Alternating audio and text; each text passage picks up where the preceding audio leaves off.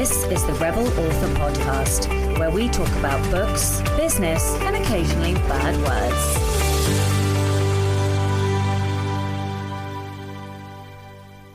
Hello, Rebels, and welcome to episode 264 of the Rebel Author Podcast. Today, I'm joined once again by Tiffany Yates Martin, and we have a delightful discussion about sustainability, being happy, and, growing your writing career. But first, to a couple of comments on Liz Wilcox's episode. Chris Holcomb said, loved this episode and so timely too, since I've been asking the community the same questions. This is about newsletters. I never thought about putting polls or questions in the newsletters themselves, so I'll have to give that a try. There were also some lovely personal comments from Chris as well about not killing myself in order to do all of the things in time. Matt Goodall said, this has to be one of the most chat-friendly, easily accessible conversations I've heard about email marketing. Back to have a second listen now. Thank you. And then on the Black Heron, Matt said, this must be the most fun for you now. Having met actually in real life, it must feel like you're sitting side by side chatting with each other. It sure does to me. Aw, I love that. And I love that so many of you feel like you're kind of having the conversation with us. And that was the purpose of those episodes. Like, there are a lot of friends in the community, and I think, we by nature we like to listen into those conversations. It makes us feel part of them. I know that when Rachel did the show with Jay, that was one of my favorite shows because I loved just listening to them chat. Whilst I do love interview shows, I really do love when it's friends talking too, because I think it gives that something little extra. There's a little bit more banter. So I'm always on the hunt for another podcast like that. And in the meantime, hopefully I fill that hole for you. So Eden Collier said, this reminds me, I need to run a session on Midjourney at some point. Oh yeah. So I think I was talking about the fact that I have no fucking clue how to edit Midjourney images. So yeah. Okay, so in personal news and updates then. So last week I was like, I'll be finished. Of course I'm fucking not. I mean, I'm very, very close. I should be finishing the book today. And I say finishing it in principle. So I still have one sex scene left to write. And then I've got to go and insert a conversation earlier in the book, which is quite a critical one. And then I've got a bunch of threads that I've sort of been writing notes about as I've gone through the draft and the edits, because I've done this weird draft revision type thing this time. So I need to go back and thread in some dropped loops, I think.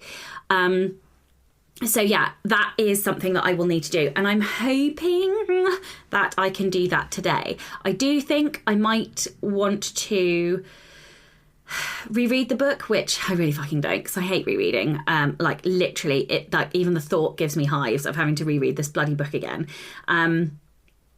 But the doubt is real this time. This is the end of the second series under Ruby, but this one feels psychologically like there's a lot more pressure attached to it. It's really exploded, and I don't want to do a disservice to the story. I don't want to disappoint anybody. Of course, there are going to be readers that don't like the ending, right? Like that's just what we deal with as writers.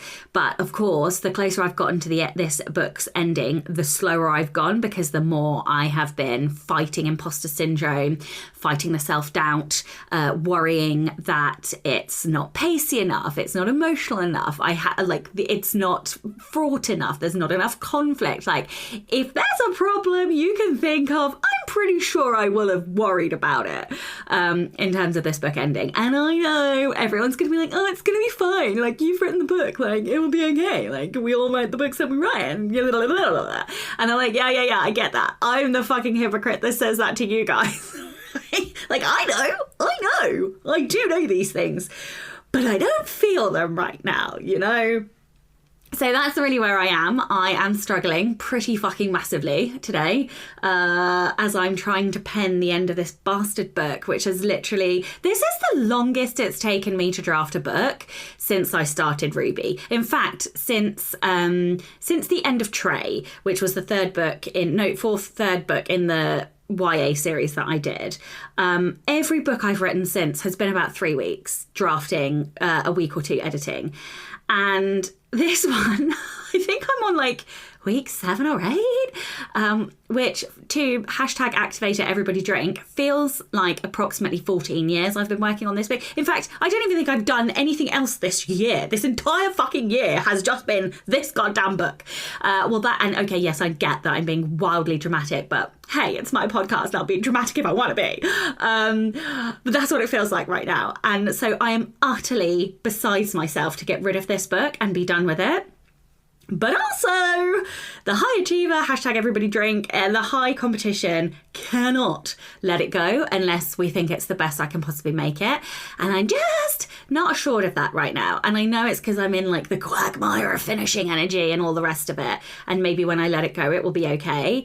But I'm thinking this is all a very long roundabout way of saying I think I have to go back and reread the last half, which I really don't want to do. But there we are. And okay, so my other promise to you guys today, wait for it, ladies and gentlemen, is that, drum roll please, once I finish this book, I am not going to work. And I say it in that way because, of course, there are things that I need to do, but I'm mostly going to plan for the next week. So it's not like I'm going to be sat doing nothing. I'm going to spend the next week seeing friends, reading, watching TV. I'm trying to finish that Nobody Wants This. Oh my God. Anybody who likes romance, please go and watch Nobody Wants This on Netflix. So it's about a Jewish rabbi and a very non-Jewish white girl who kind of like fall in love, and it's a rom-com and it's fucking amazing. It is just a masterclass in really actually, do you know what? It's like the first thing I've watched where there's really healthy relationships, or I should say healthy communication while still maintaining conflict in the romance. It's a really, really good study in that. So I highly recommend you go and watch that. What was I saying? Wow, you can tell I am all over the place at the moment. What was I saying? Planning. Okay, so for the next week, I've got, I'm speaking at Queerfest in Brighton on Friday. It is Wednesday, the 9th of October as I record this, so that will be Friday. Monday, I'm meeting a friend in Newcastle. We're going to watch a Joker movie.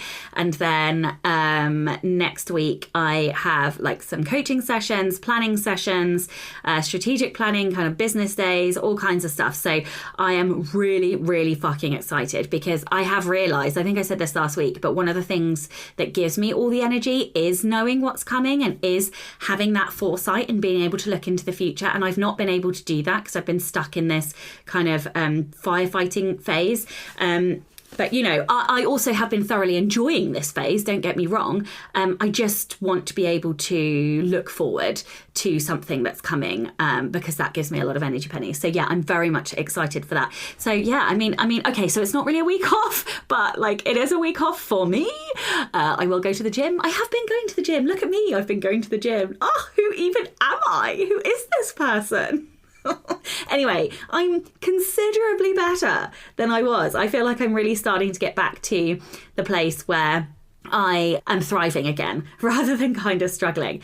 Okay, enough waffling bullshit from me. Oh, actually, one other thing. Self-PubCon. The Alliance of Independent Authors is running the Self-Publishing Advice Conference, and I believe it's the weekend of the 19th of October. Please do go and check it out. I will be on the KDP panel talking about publishing for profit. That is the theme of the conference, and there's a little bit of something for everybody. It is free for the first day or two, I think, couple of days, and then it goes behind a paywall, so you can watch it for free live, or you can grab yourself a ticket, and yeah, you can watch it later. The Rebel of the Week this week is Trish. Trish says, I listened to the story about the guy with the dick neighbour and the dog on the last show, so I wanted to give you, I wanted to restore a little bit of your faith in humanity. In May 2022, our little Jack Russell Terrier, Chase, passed away from cancer. Oh no!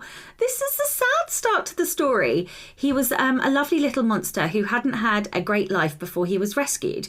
As a result, he never met anyone he didn't try to bite.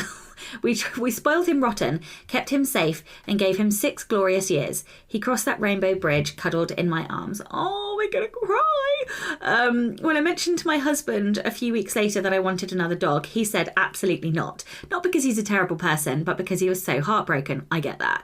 But to fill that chase-shaped hole in my heart, I wanted an enormous dog who thought he was a lap dog and had a sweet temperament. I couldn't do another biting dog.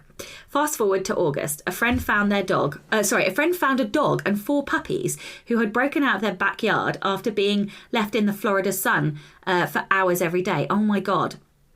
She found the owner who agreed to relinquish the dogs. Then she called and asked if she could borrow Chase's crate to isolate a big strange dog from her own little dogs as a precaution. I told her I doubted the dog would fit my little 25-pound home. So while my husband slept obliviously in the bedroom, I can see where this is going.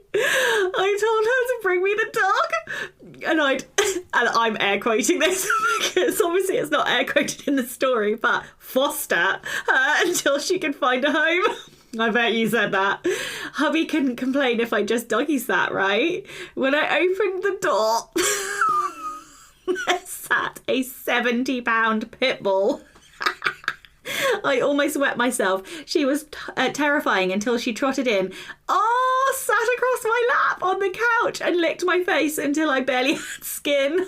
Oh my God. Needless to say, once she gave my husband the same kisses, we knew our friend could stop looking for a new home. Not only that, but the puppies went to friends, so they get to have play dates every weekend. 2 years later, we've literally had to buy a king-size bed because Princess Ruby, great name, loves to cuddle up while she sleeps. Pictures enclosed. How could you not love that sweet face? So I will make sure that the picture goes in the show notes as well, because she is absolutely fucking adorable. On her back, she looks much like my dad's Staffordshire Bull Terriers, like very, very adorable. They look terrifying, but are actually super sweet and lovely. What an adorable story. I love this one. If you would like to be a Rebel of the Week, please do send in your story. It can be any kind of rebellion, something big, something small, or something in between. You can rebel your story. You can email your story to Becca over on rebelauthorpodcast@gmail.com. Welcome and a huge thank you to 3 new patrons, Denise Yoko Burnt, I hope I said that right, Chayana Lynn and Draga. Hope I said all 3 of those correctly. A huge thank you to all of my existing patrons. If you would like to support the show and get early access to all of the episodes as well as bonus content, like our Slack group, our Poison and Prose writing sessions, and the masterclasses, of which the December class is going to be all about writing humour, then you can from as little as $2 a month by visiting patreon.com/Sasha Black. This episode is sponsored by Fictionary Live. Rather than me tell you all about why I love Fictionary, I'm going to let Amy tell you all about why she loves Fictionary. But before I do that, I just want to make sure that you're all aware that listeners of this show, you get an extra 25% off Storyteller and Storyteller Premium certification with the code REBEL25. Hello, I'm Amy Sund, editor at Red Leaf Word Services. Now that your first draft is done, it's time to focus on the big picture elements of your story. Here's where Fictionary can help. Fictionary can track over 30 structural elements per scene. You heard that right. Per scene. It presents these elements in graphs, charts, and color-coded diagrams. It's a fantastic way to pick out weak spots or holes in your story's structure, especially for visual learners. Fictionary is one of the tools I most often suggest to my manuscript evaluation clients. I've used it in my own writing for refining scenes, smoothing out transitions, and seeing where I need to focus my attention. A 14-day free trial is available for new users, perfect for plugging in a short story to see what comes up. Founder Christina Stanley has built a thriving community around the software that is supportive, social, and educational. Come join us and see how Fictionary can help you craft a novel your readers will love. Hello and welcome to the Rebel Author Podcast. Today I'm rejoined by Rebel superstar Tiffany Yates Martin. Tiffany has spent nearly 30 years as an editor in publishing, in the publishing industry, working with major publishers and New York Times, Washington Post, Wall Street Journal, and USA Today bestselling and award-winning authors, as well as indie authors and newer writers. She is the founder of Fox Print Editorial, named one of Writer's Digest's best websites for authors, and the author of Intuitive Editing, a creative and practical guide to revising your writing, and her latest, The Intuitive Author, How to Grow and Sustain a Happier Writing Career. She's a regular contributor to writers' outlets like Writer's Digest, Jane Friedman, and Writer Unboxed, and a frequent presenter and keynote speakers for organizations and writers around the country. Under her pen name, Phoebe Fox, she is the author of 6 novels. Hello and welcome. Hello, my friend. It's nice to be back. I know, it's lovely. So I feel like I've known you for a really long time. We first spoke in 2020, which was on episode 50, and we are now making our way towards episode 300, which is just wild. And then you came back and you were on episode 111 in November 2021. But I mean, the years now seem to fly and so much happens. And 2021 really was a long time ago for me personally. But I mean, even for you, like what has happened? Like normally, obviously, I ask people to tell their kind of journey, but I would love to hear sort of what's happened for you in the last three years or so. I think when we first started talking was right when the pandemic hit. And that was when I had started to sort of move my work as an editor to include more presenting and teaching and speaking because of the pandemic. So I've been sort of expanding that since then. I'm doing a lot more conferences and teaching and that kind of thing. I started a follow-up book for Intuitive Editing, which was the one that came out the first time we talked in 2020. That was going to be a deep dive into character development. And I was working on that. Oh my gosh, for such a long time. I outlined it. I worked through all the theories. I was like a third of the way through it. And then about maybe a little over a year ago, I started to realize that wasn't the book that I was really into writing right now. So I put that aside and I started working on this new one. And I gave up fiction writing, at least for the time being. Oh, that's so interesting. So the opposite has happened to me. I have put the nonfiction on pause. So talk to me about that decision. Why did you decide to stop writing fiction? So when my last 2 came out, those were like a major traditional publisher. Those came out with Random Penguin. And that was a big goal for me. But those 2 had been written, it's a long story that I'm sure we'll get into during this, but they were written for a small press I had been signed with, and I had lost faith in them at the last minute. And I pulled the rights and we shopped them again. And so by the time I signed a 2-book contract with Random Penguin, these things were written. And I had not, when they came out, I hadn't touched fiction probably in at least a year, just because they existed already. I didn't have to do a lot to them. And then I found I wasn't really missing it. And as I've always said that I'm more of an editor than a writer. Editing is my passion. It's my real calling. And the more I have been teaching writers, speaking about writing and craft, and now, business and writing life, the more I realize that's where my energy wants to be. I do a weekly blog now. I love that. I write for a lot of outlets. It kind of sucks up all the creative juice, which would be bad if I were missing fiction. But honestly, Sasha, I'm not. I know that's unusual, but I keep saying it may not be permanent. It feels it right now, but I'm always willing to sort of go where my path takes me. But right now, it is not on the priority list at all. That's so I feel like we had exactly the same journey, but the opposite. So I have not touched nonfiction since 2022, the summer of 2022. And as of last January, so January 2023, fiction was 1% of my income. This July, nonfiction was 1% of my income. Wow. Yeah. Joanna Penn made a similar shift maybe a year and a half, 2 years ago, where she kind of decided nonfiction was not where she wanted to focus and fiction is her calling, which is the whole point of the new book and the way that one of the key foundations of creating a happier writing career is listening to those changes, because we don't stay the same artist our whole careers necessarily. I completely agree. And I love writing nonfiction. I love teaching, but that's not why I quit my day job. And kind of that realization that actually I'm so happy writing fiction, and that is what I want to do. That was like a really stark reminder for me that this is actually probably the path that I'm. So I like you, nothing is permanent, everything is transient. And I have not shut any door. I've just kind of pulled it to for a little while. They're always there. They're Yeah. always there whenever we want to walk through them. But I think we get up in our heads and we judge ourselves, oh, I didn't like switching tracks with the book. I had publicly promised this character book. So I really had to think about, do I want to shift gears? But I think you've got to focus on what fulfills you as an artist, because the intrinsic rewards of this career are the foundation of it. So let's talk about that shift. Like what happened? Because obviously it must have been an intuitive shift, right? So Yes. right. So talk to me about the concept. Talk to me about what it means to you, and like how that happened. So I'm a character editor, and I am passionate about character development, and I will write that book. But more and more, I've been hearing and seeing authors talk about feeling discouraged and disheartened. The industry is changing, seems like faster and faster all the time. It was already a challenging industry. Sometimes it seems like it's even more challenging.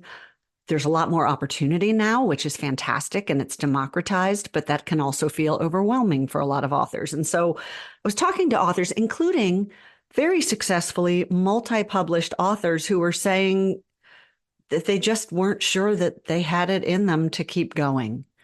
And so I started seeing these commonalities among all these people who were feeling, disheartened, discouraged, overwhelmed, whatever it is, and paying attention to what they were doing that was helping them get over it, or where it seemed like they were stuck. I was also drawing on my own experience in this, because I experience all this stuff too.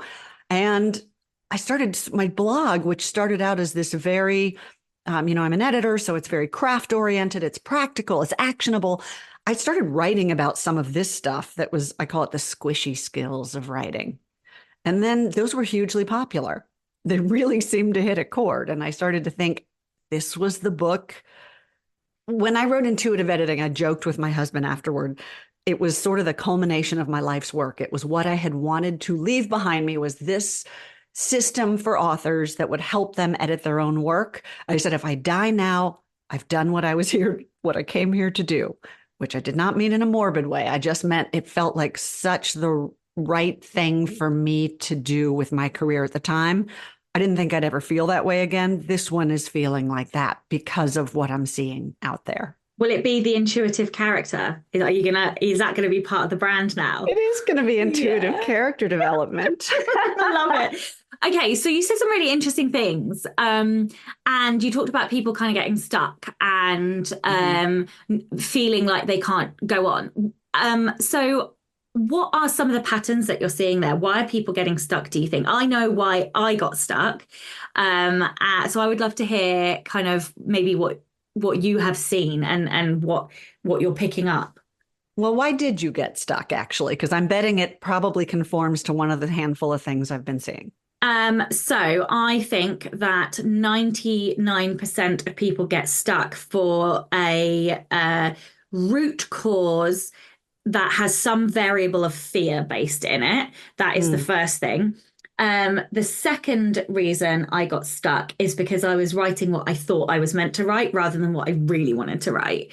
And so that was kind of the second big thing. And then, like, looping back to the fear, for me, it was the fear that I didn't know, like financially, if I could continue to write fiction that wasn't going to be successful. But the reason that I didn't start with that is because the root cause of that is fear. Yeah, I think fear is huge in a lot of the things that hold us back, not just in writing and everything.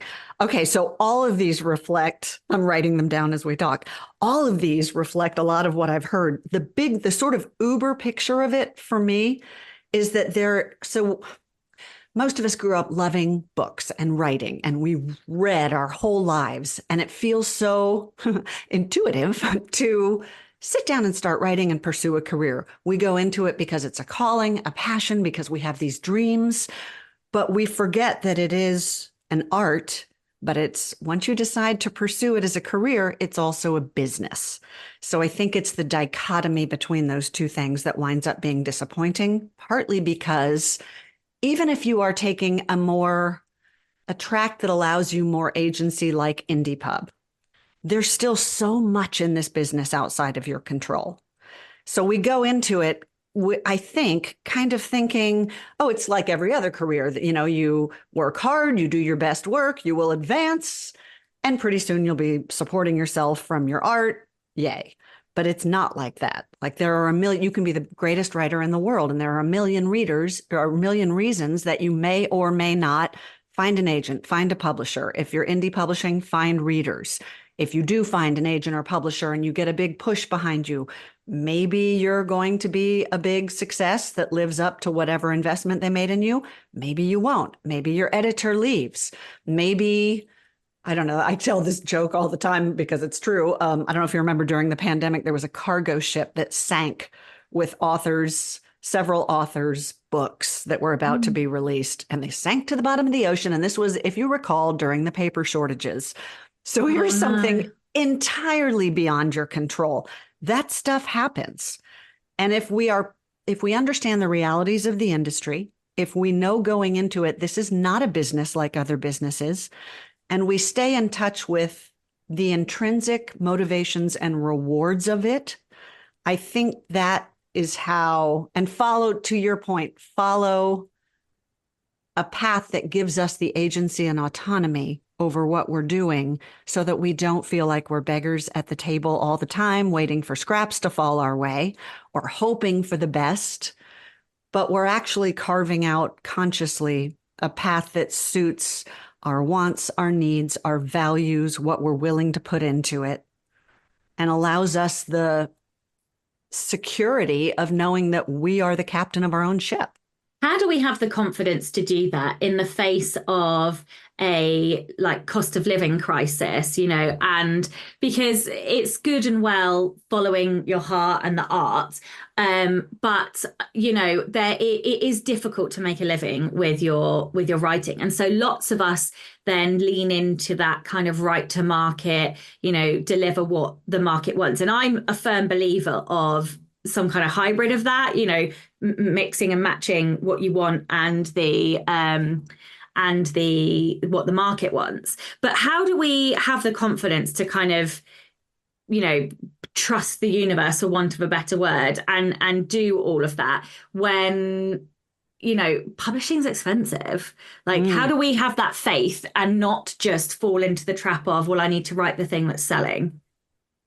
This is kind of the foundation of everything I write about in the book. Because of what you can't control in this business, I think we have to think about how we think about a writing career. When I use the term, I'm not necessarily referring to a writing career as one that is your main source of income and pays all your bills. That's great if it happens, but as you said, it's not usual. The median income for writers, both full-time writers, both traditionally published and indie published, does not top $20,000. So is there a chance you will be one of the outliers who does make a living from your writing? Absolutely there is. But is it the likeliest outcome? Probably not. So to me, a writing career is one where you are writing and you are looking to share your writing in some fashion. If you're doing that, that's your writing career. It may pay all your bills, it may not. How we think about that is the first step in the foundation of adjusting our expectations so that we can be happier with our careers. So let's say that so I always talk about knowing what you want, knowing why you write, knowing what you value, and knowing what your enough is. So the first thing to know is why you write. That's the foundation of everything. That's the engine that's going to sustain you. When most of us think about what we got into this for, was it for, did you imagine, oh, I want to be on talk shows, I want to be a multimillionaire, I want to be a best-selling author? If those are your goals, those are all based on outcomes, and outcomes are the thing you can't control, especially in this business. So if you're basing your career on things you can't control, that's when you are going to feel like a dinghy being buffeted around, like a beggar at the table. So you have to base it on the things you can control, which are the intrinsic rewards. I think most of us go into this for that calling passion idea. We love telling stories. We want to share them. So that's the thing to stay in touch with. What do you value? Well, what do you want is the next thing to think about. So do you want to make a living with your writing? That's a valid goal. Everybody deserves to be paid for it. In a perfect world, we are. What do you think people, what's the word that I'm looking for here? I think people think they want to make a living with their writing, and then the reality is slightly different. So I'm trying to ask, what do people not expect? Mm-hmm. No, do you know what I'm trying to say? Yeah. What's that gap? So that's the next step. That's exactly where we're going with that. So what do you want out of your writing? You want to make a living at it. Great. So now's when you have to think of it as a business. It's partly your art, but your art is honestly a commodity. If you're in a business, it's the product. So you can create the product, but then you have to figure out what it takes to make money from it. Let's say you want to be indie published. So you find out about all the marketing requirements. You look at how to take out advertisements. You learn how to reach your readers. You follow all these best practices for making money at your writing. It is possible and viable. It also requires that you turn out, I mean, you tell me, how many books a year do you feel like you have to turn out to make a profit? I think the old answer to that is different to the new answer to that. I think Okay. the old answer was that you had to rapid release, probably at least 6 to 8 books a year. Now, this is as an indie author, right? Right. Yeah. Yeah, I'm just using this as one hypothetical path. So let's use indie. Yeah. Now, I'd be as bold to say that if you hit the audience right, you could do it on a book a year, but you would have to use everything at your disposal. You would have to use Kickstarter. You would have to use TikTok. You would have to do advertising to make a comfortable living and build a backlist, which would build a bigger living. I think 2 to 3 is probably where you're at. Okay. That's just about what I had seen in the industry too. So even let's say the low end of that, one book a year, that's a lot for starters, but it also requires all the other stuff you said. You have to master Kickstarter, whatever marketing you're going to do. It requires a fair amount of money and investment in that. While you're not just writing one book a year, you're also having to edit one while you write another one. You're having to market. You're having to work on the one you're releasing and also balance it with that. And then you also have to balance that with the rest of your life, because most of us, with few exceptions, have other things in our life besides writing. As important as it is, it's not the whole of our lives. So when you think about the actual concrete business realities of that path, is that what you want? That's what I mean by knowing what you want. If you want to be traditionally published, know that it's going to take X amount of time to find an agent, X amount of time to get a publisher. It's going to mean a long lag time before your book is published. You're only as good as your last book. Advances are going down. You're paid them in installments that don't actually add up to anything that will pay the bills for most of the time. Is that the path you actually want? When you sit and think about the realities of it, a lot of times that changes people's outlook about what they really want out of their writing career. It's easy to say, I want to be a writer, but I joke in the book. It's like saying, I like computers and I know how to use them. I've used them all my life. I would like to be a Microsoft C-suite executive. You've got to know what it's going to actually take to do that. Yeah, I think the one thing that you haven't said is the psychological pressure on your creativity if your creativity is paying the bills. I think that's the only thing that you didn't say, because that has been a shift for me that was different with the nonfiction than the fiction. I find it a lot more pressured to, like psychologically, a lot more pressure having the bills rely on my fictional creativity than I did the nonfiction. And I think that's because with nonfiction, you are often teaching either established frameworks or fact-based knowledge. And when you are doing fiction, it's completely made up. Well, I think with our kind of nonfiction, we are offering something that a specific audience probably wants and needs, and we have a platform. And that is, as you say, really different. They may love your story, but do they know they want or need it? Whereas you can sell them on the idea of, hey, here's how you self-edit your own book, or hey, here's how you market your book, whatever we're writing about nonfiction. I do think that is a lot less pressure. And it's more sort of goal-oriented, which is easy to focus on. Yeah, yeah. I don't think it's any easier to write books. And that's also, and that was it's my personal experience. I don't think necessarily, I think if you're Mel Robbins or Glennon Doyle, you probably have a shitload of pressure on you to write good nonfiction. Like if it's paying your bills, you've got the pressure. I think there's more imposter syndrome for me around the fiction than there is the nonfiction, which is really weird. Me too. Yeah, it's a bizarre thing, isn't it? So let's kind of talk about that, I suppose, and coping with rejection and kind of criticism and like failure, which can be really wounding to like the self and the ego in this industry. Like what kind of advice would you give to writers struggling with those kinds of things? Well, the pithy, easy answer is that you have to always be your own champion. But that's easy to say. And how do you actually do it? Right. So I write about each of these separately in chapters. With rejection, first of all, you have to remember it's subjective. Like you may not hit the right person at the right time, at the right moment in the market who gels with your writing. That's a lot of different variables. So you have to remember that so that it doesn't sting quite so hard.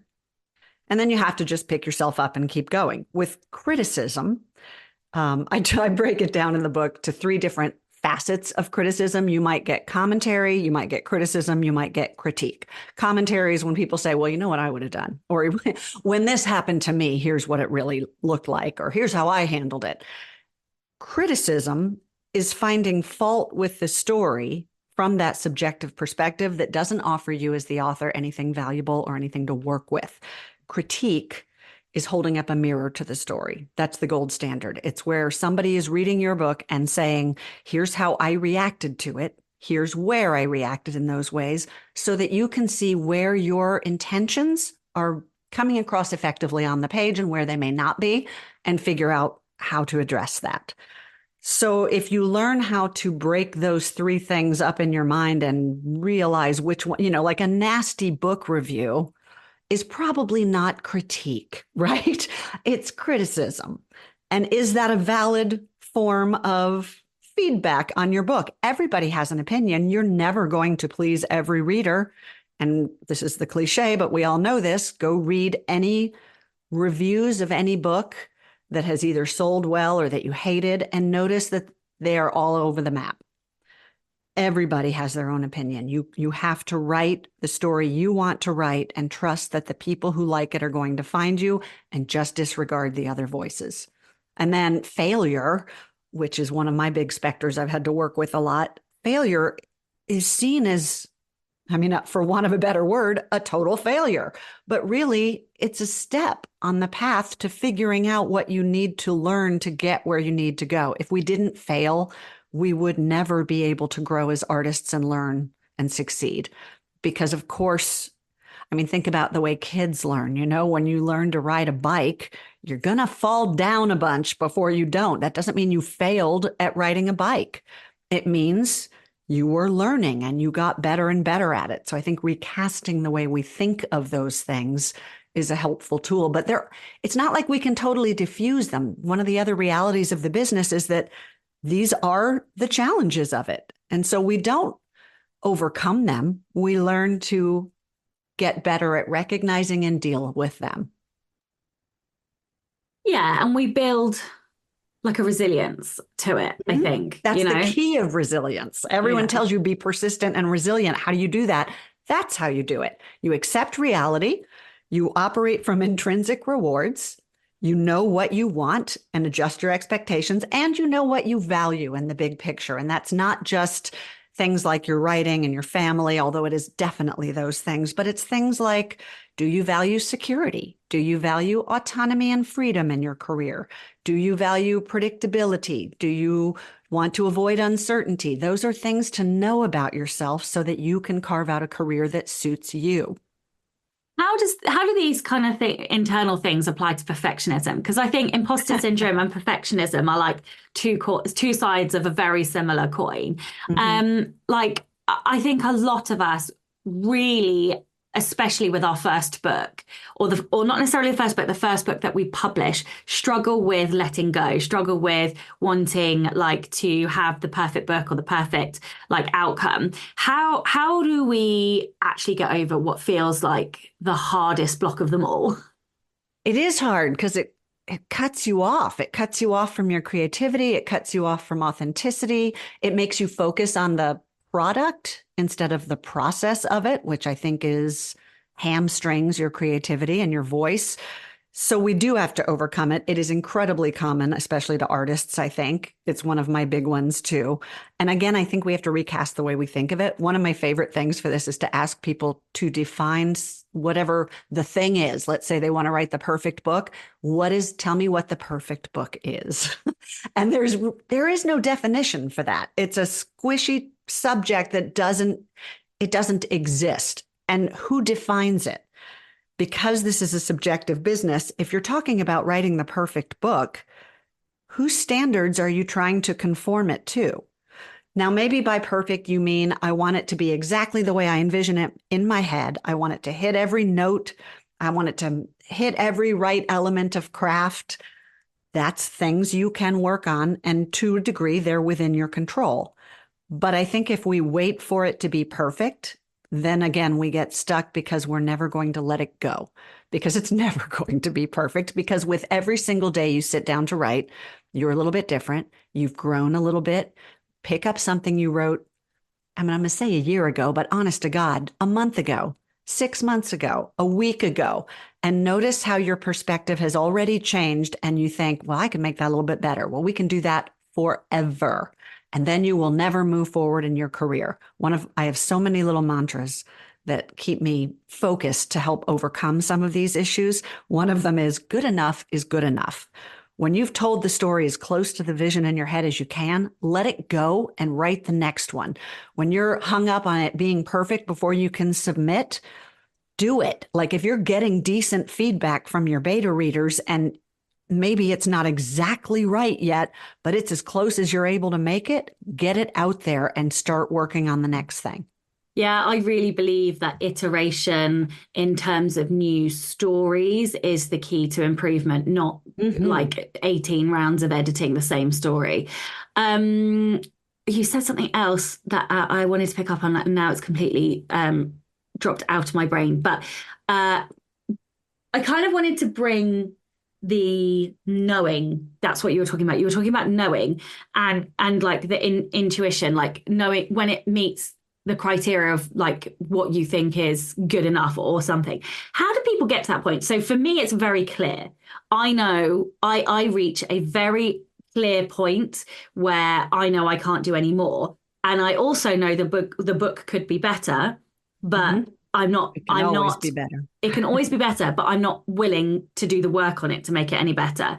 So that might seem like a really negative way to look at it, but for me, it's like time versus money versus like business strategy. And like I get to a point where I'm like, well, you know, I could do loads more on it, but is it really going to be worth another 2 weeks to go through the book versus getting it out and, you know, the income that it's going to earn over those 2 weeks? So I don't know, like for me also, it feels like I reach a saturation point with like my tolerance for that story, and almost like it then rejects me. Like the story's like, yeah, you've done what you can do. You need to move on now. But that all sounds extremely woo-woo. So is there anything concrete that you can kind of attach that intuition to that might help people understand when they reach that point in their own manuscripts? I mean, yes and no. The thing is, this is a subjective business. It's not science. And you are really the only judge of when your work is ready to share. I think perfectionism is strongly rooted in what you said earlier, which is fear. If it's not, and I do this myself all the time. I'll be working on a presentation and I'll think it's got to hit every facet of this subject. It has to hit it comprehensively. It has to be totally original, something they've never heard before. It has to be entirely useful. And that doesn't have to do any of that. There was this wonderful quote I heard a presenter say before they went on stage. They said they always remind themselves that they don't have to get out there and change everyone's life. They just have to go out there and maybe help someone's life. And I thought that is a really good reminder that there's no way. I mean, we are never going to write a story that everyone is going to deem universally perfect, let alone ourselves. And I think you do have to weigh, again, your goals and your motivations. What is it you want? And in your case, you're making a living with your writing. You're on deadlines. It's good enough. And by that, I don't mean put out substandard work. I'm putting that in air quotes. But I mean, make it as good as you're capable of making it. Make it the closest version to the vision in your head that you're able, where if you have beta readers or critique partners, you are not hearing the kind of things that would make you not want to release it yet. You know what I mean? Like, okay, I don't understand what happens here in the plot, or we lose the character motivation. That's not ready yet. You've got to address those things. But if it's just little stuff, you're never going to get complete accord from people. So you have to be the one to decide it's finished enough. I'm proud of it. I'm going to let it go have a life in the world where it will immediately begin to age to me. Like you will pick it up again, however long later, and you will see all the flaws. It's all you'll see. But at the time, it was the best you were able to make it. And also, most people are not going to see the kind of flaws that you're seeing because you know it too well. You're too familiar with it. I think what a lot of new writers struggle with is finding like their voice and making their voice authentic to them. And I think some of that is about being able to write and understanding how to write well enough that you can then intuitively put your voice on the page. But that isn't super helpful. So like, what advice do you have to help, newer writers kind of find their authentic voice and be able to put that on the page?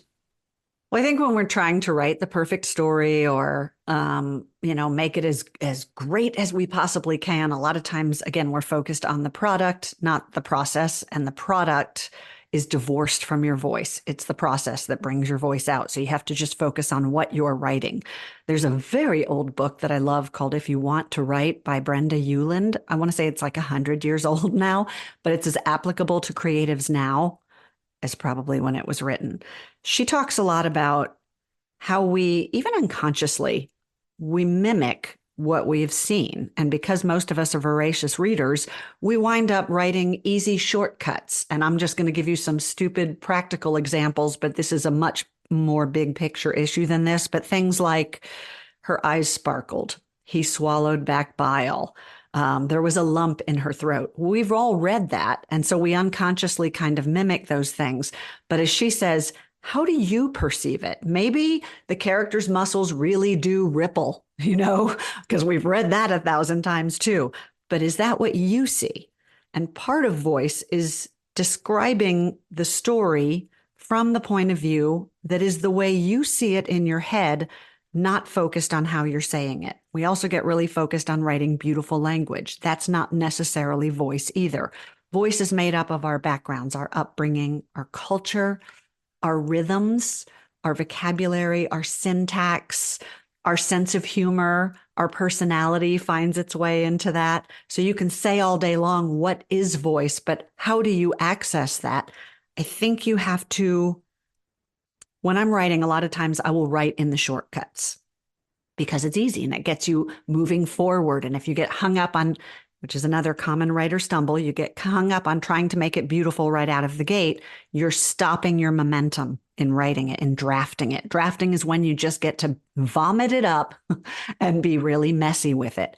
And then I'll go back and I'll think, is that really how I see it? Is that really the way that I would describe it? So I wind up using a lot of really weird metaphors because I am a very figurative thinker and writer. If you're not, trying to write that way feels artificial.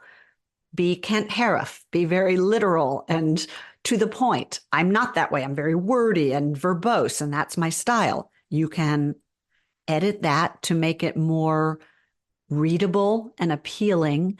But I think you've got to give yourself permission, especially in the drafting process and the revision process, to go back and re-examine what you've said to see if it is truly reflecting what is internal to you as far as the story goes, or you are cognizant of how it reads, how it sounds, whether it sounds like your favorite author or has beautiful language or is phrased in a way that will make the reader stop and reread it.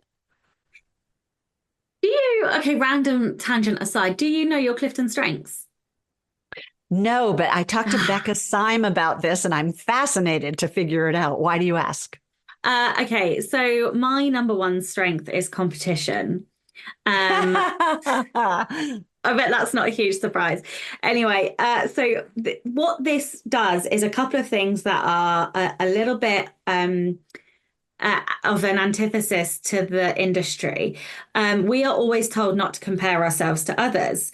But for me, somebody who's super competitive, I understand how I am performing based on how the market at large performs. So it's not that I'm necessarily comparing myself to any one person, but I do find data and numbers and sales and tracking kind of the performance of others really important. But I understand that I am a bit of an anomaly in that because most writers will end up with comparisonitis if they do that, whereas I have absolutely no emotion attached to performance ranking data. It's just numbers to me.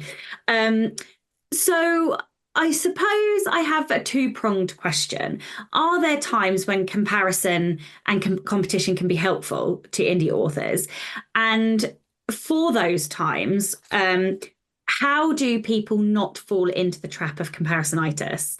Like, how can they avoid those really unhelpful mindset issues and sort of then quieten those internal voices that kind of rear up and make them feel less? It sounds to me, so I agree with you that both competition and comparison have a bright side and a dark side. They are a wonderful goad and goal for your writing. They can be how we learn. They're how we have something to strive for, what gives us inspiration. They can hold up the barometer, as you said, for how you want to strive in your own career.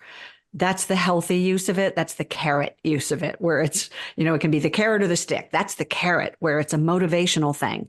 And then there's the stick part of it, where we use it as a flog to examine or dwell in our own inadequacies or imperfections or insecurities or how badly we compare to them.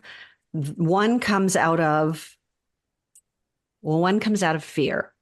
I think it always comes back to fear. When we are motivated by the fear of not being good enough, not measuring up, I think that's when competition and comparison give us that comparisonitis, and it becomes an unhealthy external focus for your career. When we are focused on taking the emotion out of it, as you said, and using it as all the other brilliant things it can be. I mean, we don't write in a vacuum. We're not selling our books in a vacuum. It's essential that we know what's out there. And frankly, it's how we learn to perfect our own craft, both from what works well and what doesn't work for other people. I think we just have to take the personal judgment out of it. The way I think of it is it requires coming into it with humility, but not judgment. And by that, I mean not humiliation, but humility, the ability to just say, I am not perfect, and that's okay. And I have things to learn from a lot of people. I say that after 30 plus years in this business. I learn a lot from other professionals, from authors I work with. There's no shame in that. That's how we grow. So have the humility to understand that you do have things to learn from other people, but the lack of judgment to know that it doesn't imply anything bad about you or your talent or your success if you don't match what they're doing. You also have to compare apples to apples. A lot of times we'll hold ourselves up to like, a major New York Times bestseller with their 12th book or a Pulitzer Prize winner. And that's not where you are yet in your career. So realize that you are where you are, and that can give you a goal and something to strive for. But to beat yourself up for not being there is just counterproductive. Yeah. Yeah, I completely agree. I recognize that I am just wired differently because for me, I kind of catalyze that fear of, oh, what if I can't match up into action? Because I'm like, well, I'll fucking show you. I will match up, like that's just it. That is the catalyst for action for me. Like that moment of, oh, they're better than me is not, oh God, they're better than me, I'm an awful person. It's they're better than me. How the fuck am I going to beat them? Like, how do I get better than them? Right? How do I do it bigger, better, and badder? But that is a different brain chemistry wiring than a lot of people. And I do. Well, it is, but it's also learnable. I think that's learnable. You approach, so everything I'm hearing you talk about and what I know about you from our, fairly long acquaintance is you do approach this as a business. And that's one of the keys of taking a lot of that emotion out of it. It's when we put, so much of our personal self-worth into every aspect of this career. That's one of the huge ingredients of being unhappy in our career, because a lot of this is going to feel personal if you let it. Rejection is not personal. It has nothing to do with you as a person. I tell this story all the time. I started as an actor, and they will reject you to your face. Like, I've been 2 lines into an audition, a scene, a monologue, and had the casting director interrupt me and just go, "Thank you." I have had a casting director sit there staring at me while we were talking and then, apropos of nothing, say, "Your nose is globular." Like, that's personal. Maybe, but at the same time, even that's not personal. That is simply a statement on you as the commodity of an on-screen personality as an actor. And it's the same with writing. So if you can divorce, what you have to learn as an actor is to divorce from that. And it's kind of a blessing I started in that, because no rejection as a writer feels like that, right? Because it's not right to your face.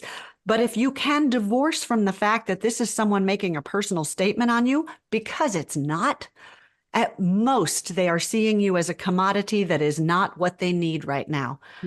They are never making, or if they are, it's not a valid one. It's not a judgment on your worth or talent or validity as an artist.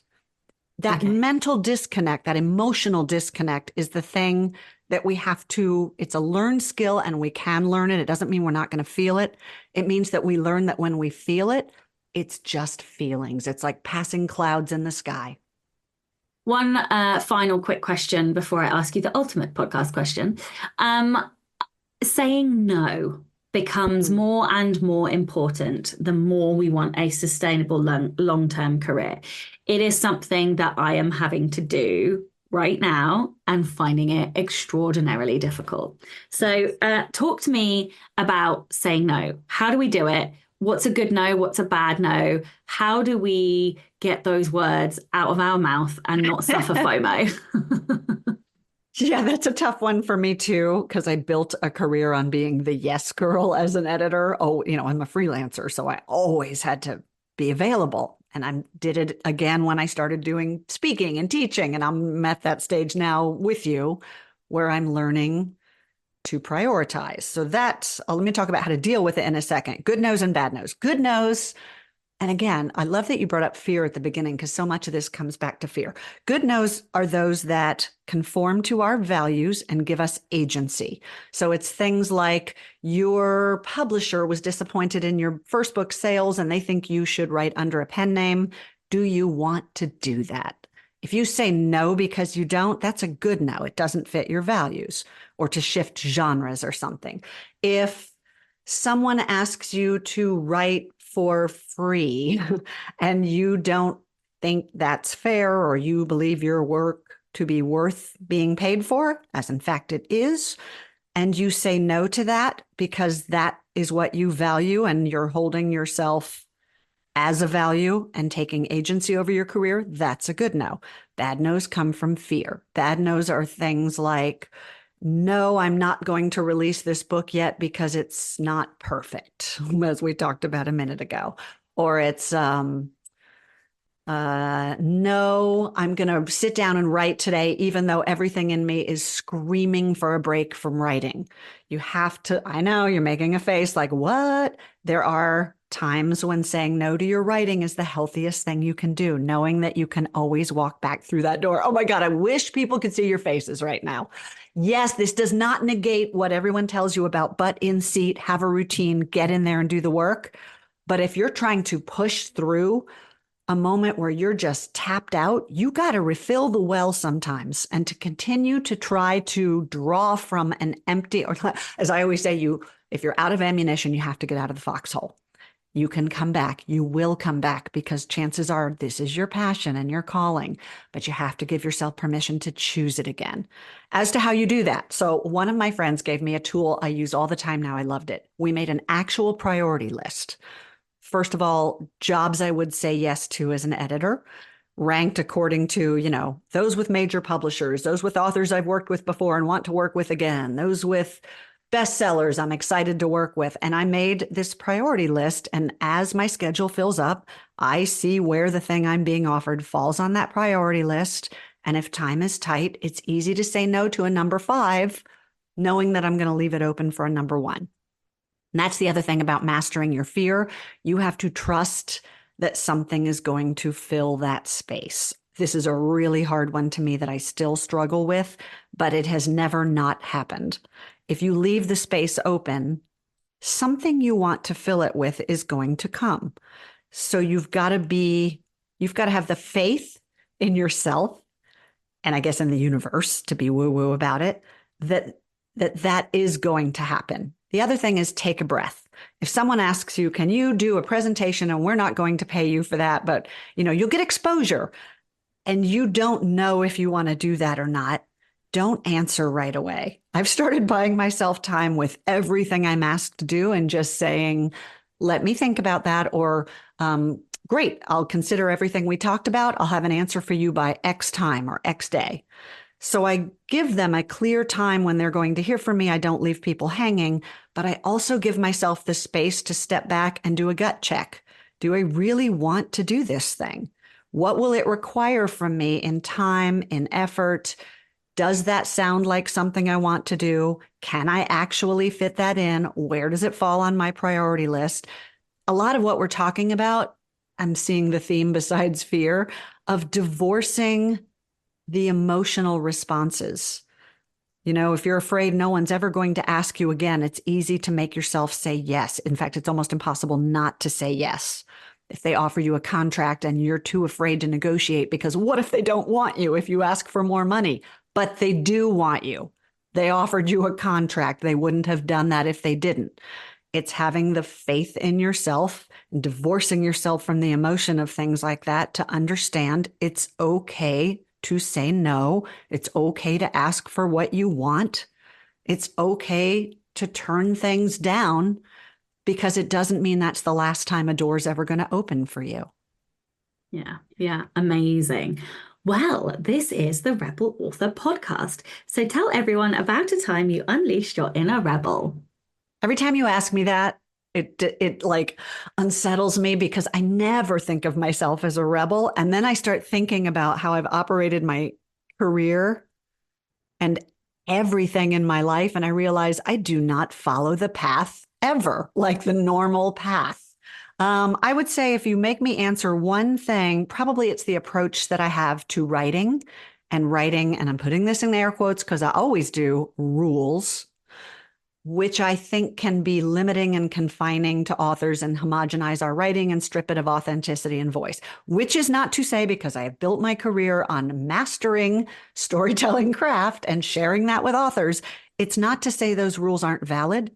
it's just to say they're not rules. The only rule in writing is if it works, it works. And so probably that's my biggest rebellion, is just saying don't get married to a dogma or a system or a technique or the best practices that are guaranteed to get you what you want. They're not.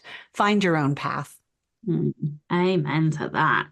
Well, would you like to tell everyone where they can find out more about you and your books and anything else that you'd like to add? Probably the easiest place is just my website, foxprinteditorial.com. There are, you mentioned it was a Writer's Digest best websites for writers. I've worked really hard to fill it with tons of juicy resources for authors, many of them free. So there's recommendations, there's resources that you can consult for every aspect of publishing. There's free downloadable guides on everything from a self-editing checklist to a beta reader template to how to hire an editor. There's online classes. Both my books are available there. If you're interested in working with me as an editor, that information is there, although I do tend to book up fairly far in advance, and I'm only occasionally open to new clients. But it's a really valid resource, and it's also got all of my socials on there, so it's probably the best place to go. And I have my new book coming out October 15th, which I think will be after this podcast airs, or rather will have been out when the podcast airs. It's called The Intuitive Author: How to Grow and Sustain a Happier Writing Career. It talks about a lot of what you and I have talked about today. Amazing. Well, thank you so much for your time today. And of course, a giant thank you to all of the show's listeners and all of the show's patrons. If you would like to get early access to all of the episodes, you can do so by visiting patreon.com/Sasha Black. I'm Sasha Black. You are listening to Tiffany Yates Martin, and this was the Rebel Author Podcast. Next week, I'm joined by another set of returning guests, actually, Christina Stanley and Lucy Cook. And we're going to be talking all about the secrets of writing a series. So join me next week for that. Don't forget to tune in and subscribe on your podcatcher. And when you have a moment, please leave a review.